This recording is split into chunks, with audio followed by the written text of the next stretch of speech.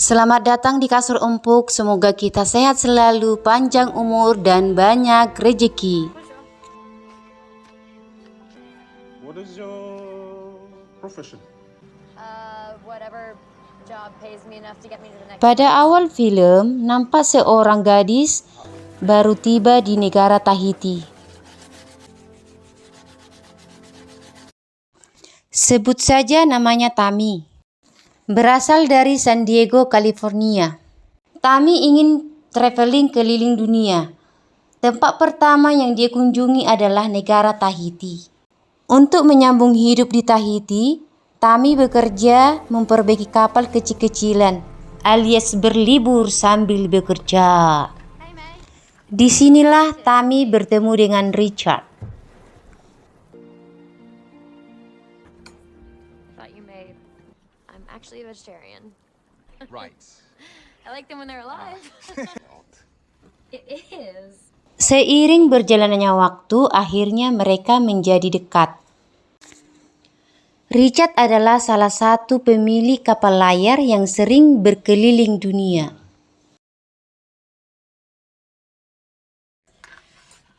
What's it like sailing out there all alone? Do you want to take her out? Now? Dan akhirnya Richard mengajak Tami untuk mencoba kapal layarnya. Hey, the seat's fluffy. Should I pull it in?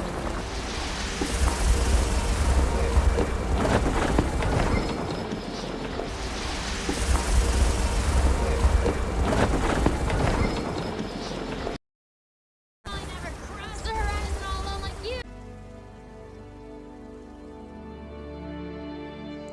Dengan hobi yang sama, akhirnya mereka mengunjungi tempat-tempat indah di Tahiti. Should I offer you a chair? Dan seperti di Indonesia, di mana ada muda-mudi ditambah dengan tempat sepi, hasilnya gurih-gurih nyoy. For me? For you. Pada suatu ketika, Richard mendapat pekerjaan untuk mengantar sebuah kapal layar dari Tahiti ke California kira-kira sejauh 4.000 mil. Yah, kira-kira dari Jakarta ke Surabaya 4 kali PP coy. Tentu saja Richard mengajak Tami untuk berlayar bersama karena Richard tidak mau kehilangan Tami, alias Richard loveful ke Tami. Richard mengatakan kepada Tami, setelah mengantarkan kapal tersebut, mereka akan mendapat upah sebesar $100,000 Amerika. Kira-kira kalau dirupiahkan sekitar 1,5 M rupiah. Wow, banyaknya. I think 4,000 miles is insane. In a month, we'd fund an entire year traveling together. A year? Sehingga setelahnya mereka bisa keliling dunia selama 1 tahun seperti impian mereka berdua. Dan sebelum mereka berangkat, tentu saja mereka gurih-gurihnya lagi. Dan akhirnya hari keberangkatan pun tiba. Setelah 2 hari perjalanan, saat melintasi Samudra Pasifik, terjadilah badai tornado.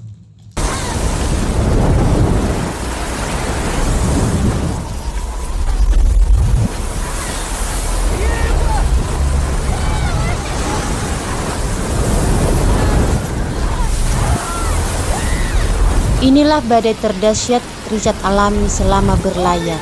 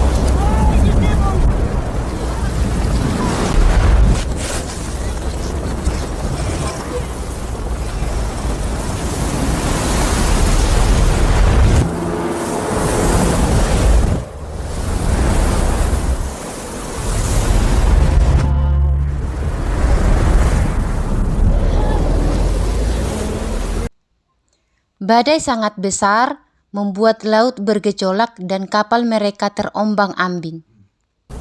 Kemudian di depan mereka datanglah ombak yang sangat tinggi yang dapat membuat kapal mereka terbalik. Sehingga Richard pun menyuruh Tammy untuk masuk ke dalam kapal.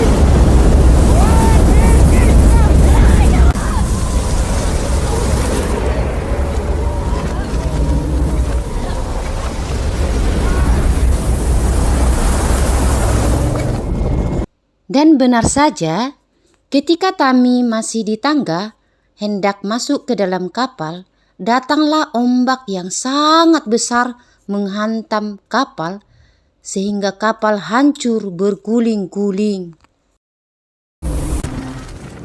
Terlihat Tammy mengalami luka-luka dan kapal sudah tergenang air.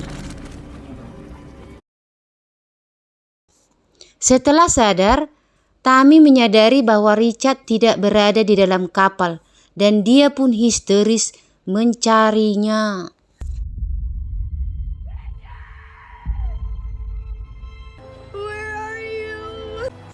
Dan akhirnya Tammy menemukan Richard pingsan mengapung di skoci penyelamat yang terbalik. Kemudian Tammy pun berusaha memperbaiki kapal untuk bisa menyelamatkan Richard.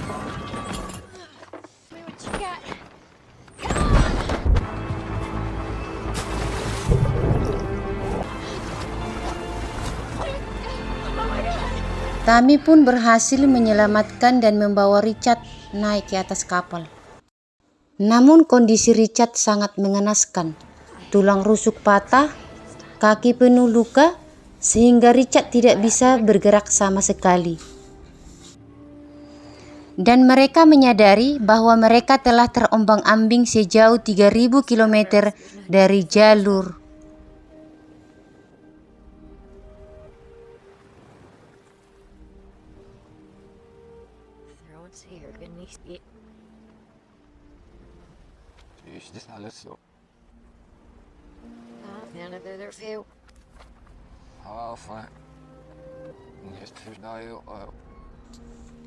Setelah diukur-ukur, mereka memutuskan menuju pelabuhan terdekat, yaitu Hawaii. Dengan lama perjalanan 30 hari, dengan kecepatan 2 knot. Waduh, udah kayak bawa beca aja coy. Ngeri sendirian di lautan.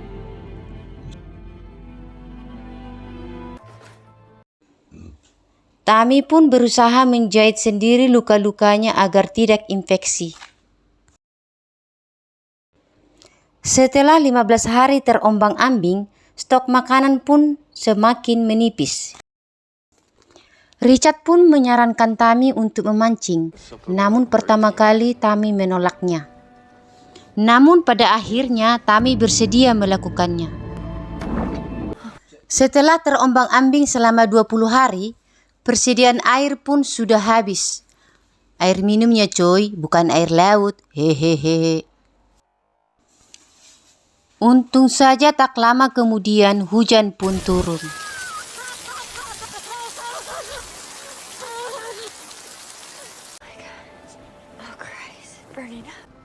Pada hari ke-30, Richard pun mengalami demam tinggi dan akhirnya lewat. Sungguh tragis coy. Dan Tammy pun menguburkan Richard dengan menenggelamkannya di laut. Namun rencana kadang tidak sesuai dengan harapan. Setelah 30 hari perjalanan, Tammy pun belum sampai di Hawaii. Hari-hari berikutnya, Tammy menghabiskan hidup sendirian di laut lepas dengan terombang-ambing. Untuk menguatkan dirinya, Tammy pun berusaha mengingat kenangannya dengan Richard agar tidak putus asa. Namun bagaimanapun setelah lama terombang-ambing, akhirnya Tammy mulai putus asa dan berhenti berharap. Pada hari ke-41, ada secercah harapan, ada seekor burung merpati yang hinggap di kapal, yang artinya ada daratan di sekitarnya. Dan benar saja, dengan teropongnya, Tami melihat sebuah pulau dan senyum kebahagiaan pun akhirnya tergambar di bibirnya.